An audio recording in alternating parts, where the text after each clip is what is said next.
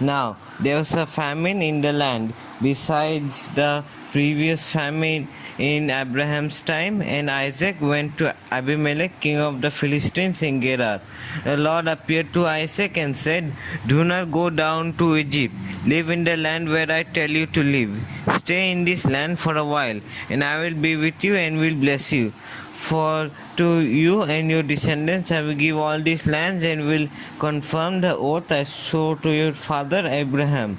I will make your descendants as numerous as the stars in the sky, and will give them all these lands. And through your offspring all nations on earth will be blessed, because Abraham obeyed me and did everything I required of him, keeping my commands, my decrees, and my instructions." So Isaac stayed in Gerar.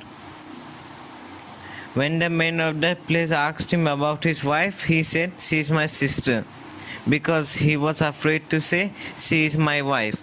He thought, "The men of this place might kill me on account of Rebekah, because she is beautiful."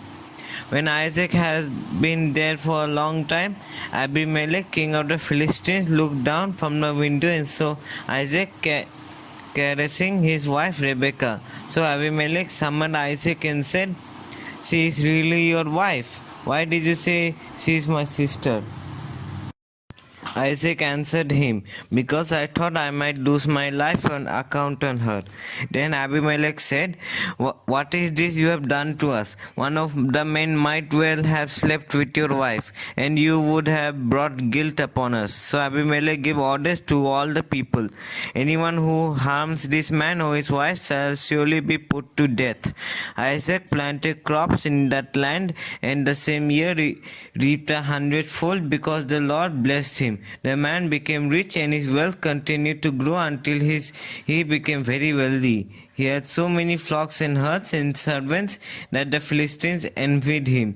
So all the wells that his father's servants had dug in the time of his father Abraham, the Philistines stopped up, filling them with earth. Then Abimelech said to Isaac, "Move away from us.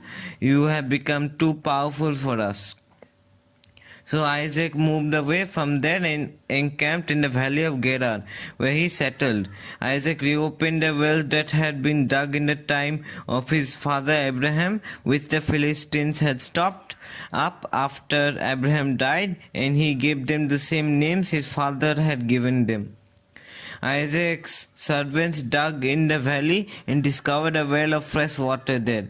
But the herders of Gerar quarreled with those of Isaac and said, "The water is ours." So he named the well Esek, because they disputed with it. Then they dug another well, but they quarreled over that one also, so he named it Sitnah. He moved on from there and dug another well, and no one quarreled over it. He named it Rehoboth, saying, "Now the Lord has given us room, and we will flourish in this land." From there he went up to Beersheba. That night the Lord appeared to him and said, "I am the God of your father Abraham. Do not be afraid, for I am with you. I will bless you, and you will increase the number of your descendants for the sake of my servant Abraham." Isaac built an altar there and called on the name of the Lord. Then there he pitched his tent, and there his servants dug a well. Meanwhile, Abimelech had come to him from Gerar with Ahuzat, his personal advisor, and Pichol, the commander of his forces. Isaac asked them, "Why have you come to me, since you were hostile to me and sent me away?" They answered, "We saw clearly that the Lord was with you. So we said, there ought to be a sworn agreement between us and you. Let us make a treaty with you that you will do us no harm, just as we did not harm you, but always treated you well and sent you away peacefully. And now you are blessed by the Lord." Isaac then made a feast for them, and they ate and drank. Early the next morning the men swore an oath to each other. Then Isaac sent them on their way, and they went away peacefully. That day Isaac's servants came and told them about the well they had dug. They said, "We found water." He called it Sheba, and to this day the name of the town has been Beersheba. When Esau was 40 years old, he married Judith, daughter of Beri the Hittite, and also Basemath, daughter of Elon the Hittite. They were a source of grief to Isaac and Rebekah. When Isaac was old and his eyes were so weak that he could no longer see, he called for his son, Esau, his older son, and said to him, "My son, here I am," he answered. Isaac said, "I am now an old man and don't know the day of my death. Now then, get your equipment, your quiver and your bow, and go out to the open country to hunt some wild game for me. Prepare me the kind of tasty food I like and bring it to me to eat, so that I may give you my blessing before I die." Now Rebekah was listening as Isaac spoke to his son Esau. When Esau left for the open country to hunt game and bring it back, Rebekah said to her son Jacob, "Look, I overheard your father say to your brother Esau, 'Bring me some game and prepare me some tasty food to eat, so that I may give you my blessing in the presence of the Lord before I die.' Now, my son, listen carefully and do what I tell you. Go out to the flocks and bring me 2 choice young goats, so that I can prepare some tasty food for your father, just the way he likes it. Then take it to your father to eat, so that he may give you his blessing before he dies." Jacob said to Rebekah his mother, "But my brother Esau is a hairy man, while I have smooth skin. What if my father touches me? I would appear to be tricking him and would bring down a curse on myself rather than a blessing." His mother said to him, "My son, let the curse fall on me. Just do what I say. Go and get them for me." So he went and got them and brought them to his mother, and she prepared some tasty food just the way his father liked it. Then Rebekah took the best clothes of Esau, her older son, which she had in the house, and put them on her younger son Jacob. She also covered his hands and the smooth part of his neck with the goat skins. Then she handed to her son Jacob the tasty food and the bread she had made. He went to his father and said, "My father." "Yes, my son," he answered. "Who is it?" Jacob said to his father, "I am Esau, your firstborn. I have done as you have told me. Please sit up and eat some of my game, so that you may give me your blessing." Isaac asked his son, "How did you find it so quickly, my son?" "The Lord your God gave me success," he replied. Then Isaac said to Jacob, "Come near so I can touch you, my son, to know whether you really are my son Esau or not." Jacob came close to his father Isaac, who touched him and said, "The voice is the voice of Jacob, but the hands are the hands of Esau." He did not recognize him, for his hands were hairy like those of his brother Esau. So he proceeded to bless him. "Are you really my son Esau?" he asked. "I am," he replied. Then he said, "My son, bring me some of your game to eat, so that I may give you my blessing." Jacob brought it to him, and he ate, and he brought some wine, and he drank. Then his father Isaac said to him, "Come here, my son, and kiss me." So he went to him and kissed him. When Isaac caught the smell of his clothes, he blessed him and said, "Ah, the smell of my son is like the smell of a field that the Lord has blessed. May God give you of heaven's dew, and of earth's richness, and abundance of grain and new wine. May nations serve you, and people bow down to you. Be Lord over your brothers, and may the sons of your mother bow down to you. May those who curse you be cursed, and may those who bless you be blessed." After Isaac finished blessing him and Jacob had scarcely left his father's presence, his brother Esau came in from hunting. He too prepared some tasty food and brought it to his father. Then he said to him, "My father, please sit up and eat some of my game, so that you may give me your blessing." His father Isaac asked him, "Who are you?" "I am your son," he answered, "your firstborn Esau." Isaac trembled violently and said, "Who was it then that hunted game and brought it to me? I ate it just before you came, and I blessed him." And indeed he was blessed. When Esau heard his father's words, he burst out with a loud and bitter cry and said to his father, "Bless me too, my father." But he said, "Your brother came deceitfully and took your blessing." Esau said, "Isn't he rightly named Jacob? This is the second time he has taken advantage of me. He took my birthright and now he is taking my blessing." Then he asked, "Haven't you reserved any blessing for me?"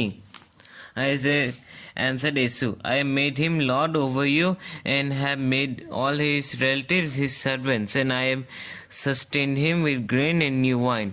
So what can I possibly do for you, my son?" Esau said to his father, "Do you have only one blessing, my father? Bless me too, my father." Then Esau wept aloud. His father Isaac answered him, "Your dwelling will be away from the earth's richness, away from the dew of heaven above. You will live by the sword, and you will serve your brother. But when you grow restless, you will throw his yoke from off your neck." Esau held a grudge against Jacob because of the blessing his father had given him. He said to himself, "The days of mourning for my father are near, then I will kill my brother Jacob." When Rebekah was told what her older Esau had said, she sent for her younger son Jacob and said to him, "Your brother Esau is planning to avenge himself by killing you.